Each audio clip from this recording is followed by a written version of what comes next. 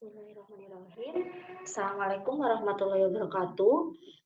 Pada kesempatan kali ini kita akan belajar bersama untuk membahas materi operasi teknik kimia 3 yang akan kita pelajari kali ini adalah materi tentang gas absorption atau absorpsi gas.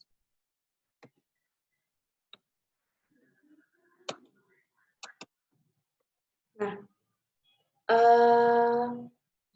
capaian pembelajaran mata kuliah pada materi ini adalah mahasiswa diharapkan untuk mampu memahami proses pemisahan secara absorpsi. Nah, untuk mencapai target ini, di sini ada beberapa uraian materi yang akan kita sampaikan. Jadi ada sekitar 5 subbab uraian. Yang pertama pendahuluan, kemudian kesetimbangan gas dan liquid, kemudian kolom absorpsi single stage, lalu dilanjutkan dengan absorpsi dengan proses flat column, yang nantinya ada pembagian perhitungan berdasarkan secara grafis dan secara analitis. Kemudian yang terakhir adalah menghitung absorpsi dengan pack column. Nanti tujuan dari menghitung absorpsi pada pack column ini itu menghitung tinggi kolom atau Z. Nah, perhitungan ini dibedakan berdasarkan jenis gasnya. Yang pertama dilute gas, yang kedua rich gas.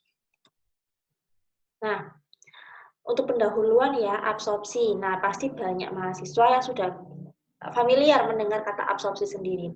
Jadi absorpsi adalah pemisahan atau removal. Removal itu penghilangan ya, pemisahan atau penghilangan suatu komponen dari gas yang akan diserap oleh liquid. Tapi hati-hati di sini dia liquidnya non volatil. Sehingga diharapkan nanti yang hanya berpindah itu hanya komponen terlarut saja. Jadi baik yang gas maupun yang liquid itu tidak saling berpindah gitu. Nah, kemudian kebalikan dari absorpsi adalah desorpsi atau stripping.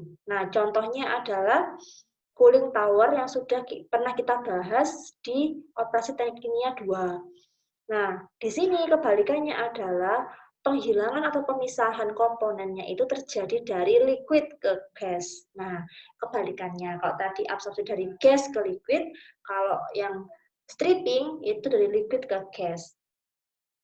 Jadi, meskipun keduanya ini saling berkebalikan, namun basic konsepnya hampir sama, terutama pada saat neraca massa ya, bukan neraca massa, transfer massa. Nah, transfer massanya ini hampir sama. Nah, mungkin perbedaannya adalah pada mekanismenya. Kalau misalkan dia absorpsi, komponen terlarut di dalam gas itu berpindah ke liquid itu dia larut. Dia tetap jadi gas, tidak ada perubahan fase. Berbeda dengan yang desorpsi atau stripping, itu dari liquid ke gas dia pasti ada perubahan fasenya.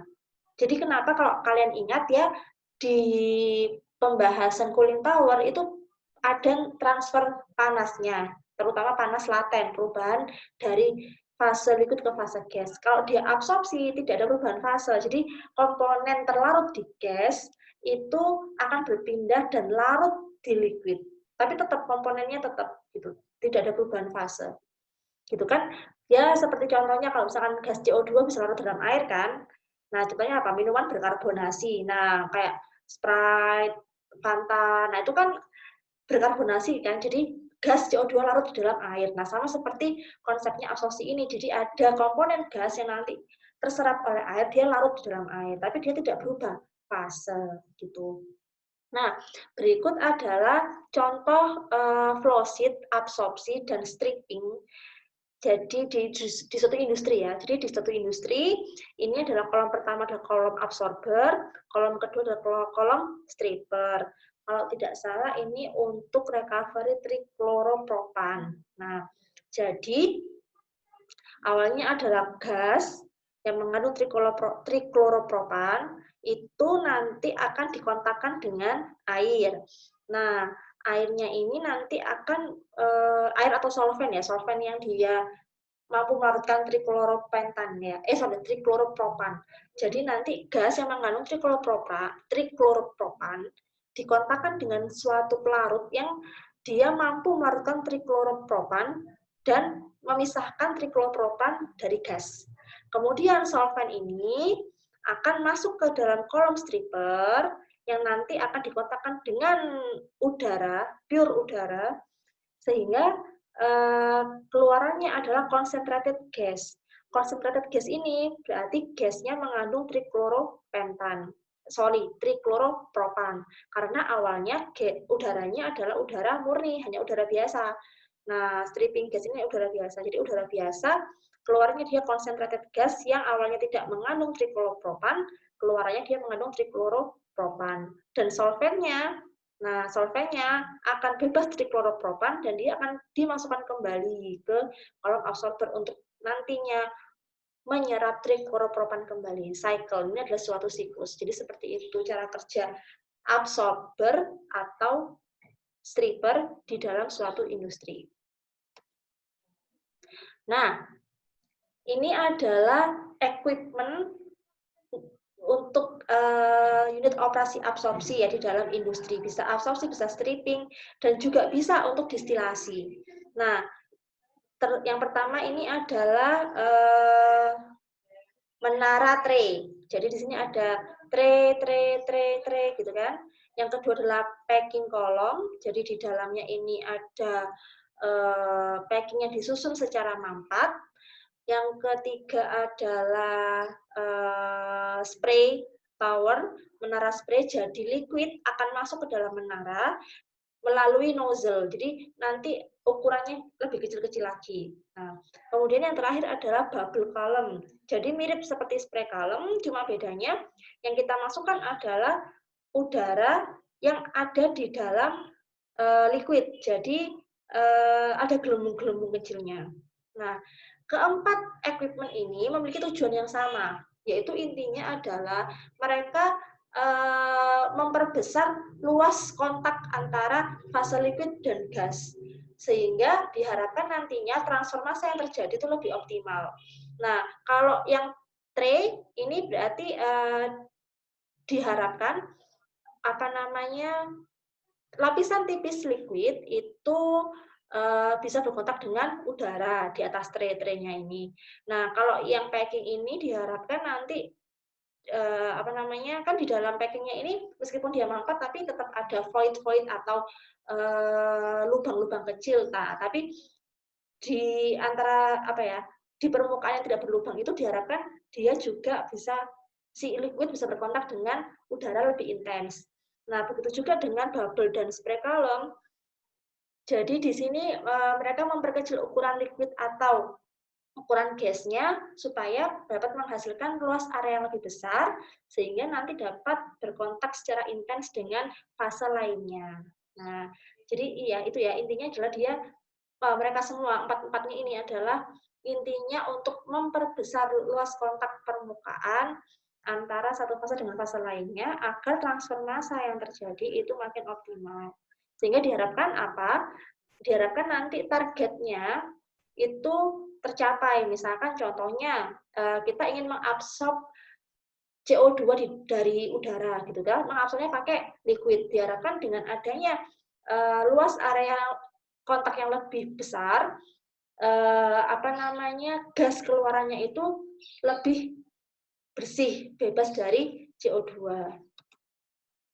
Nah, ini adalah gambaran lebih detail tentang kolom tray. Nah, bisa dilihat di sini, ini adalah salah satu tray ya yang di zoom in. Jadi, liquid akan turun ke bawah melalui celah-celah yang ada di samping tray ini. Nah, keluar seret ini.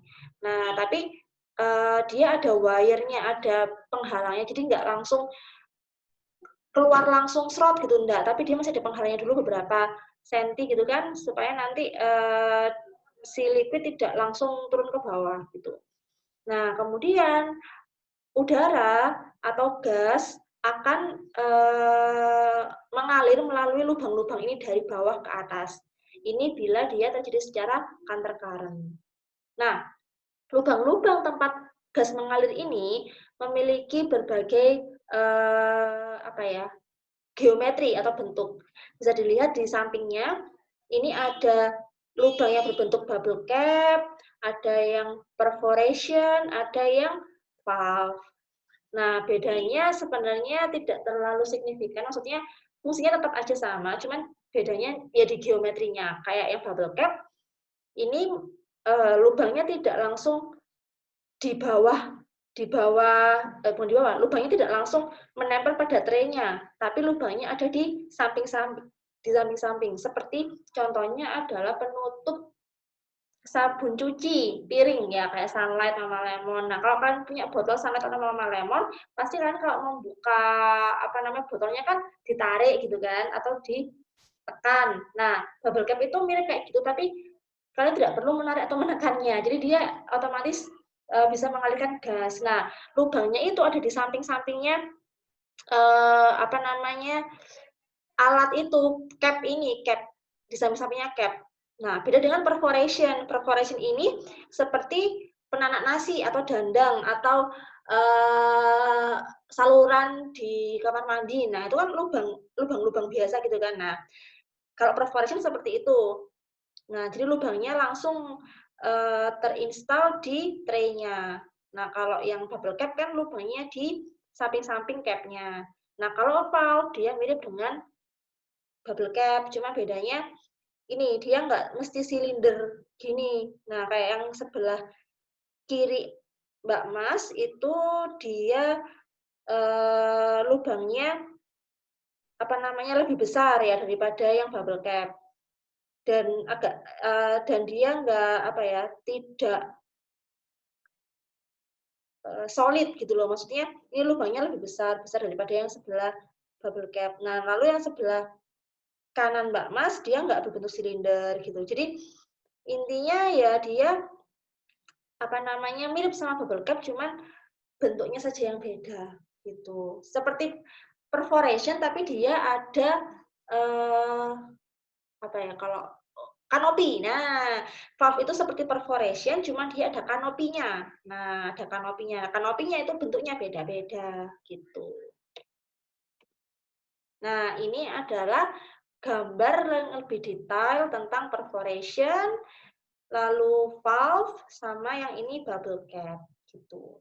Ya. Nah, itu tadi penjelasan tentang kolom tray. Kemudian ini adalah kolom pack. Ya, kolom pack. Di sini ada 16 jenis packing. Bisa dia berasal dari keramik, bisa dari plastik, bisa dari kayu juga bisa gitu. Jadi nanti penggunaan ini tergantung dari cost, tergantung dari fluida gitu ya. Dan itu nanti packing-packing ini akan disusun secara mampat. Nah, nanti liquid sama gas akan mengalir melewati packing-packing ini melalui lubang-lubang yang ada di packing ini gitu. Jadi dia memang lubangnya kecil-kecil, tidak untuk aliran liquid ya dia tidak bisa menampung sebesar kapasitas tray kolom. Nah, ini adalah perbandingan antara kolom pack sama kolom tray.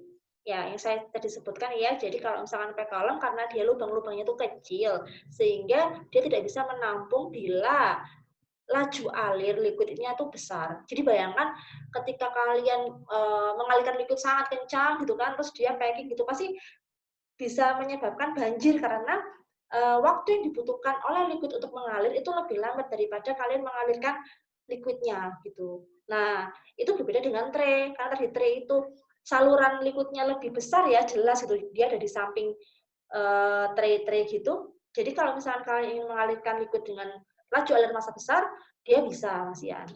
Kemudian yang packing, dia lebih mahal daripada yang tray untuk cost-nya.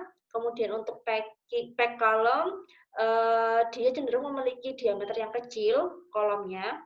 Kalau misalkan tray itu dia bisa untuk diameter besar, yang mampu menampung 20 hingga 30 stage ya.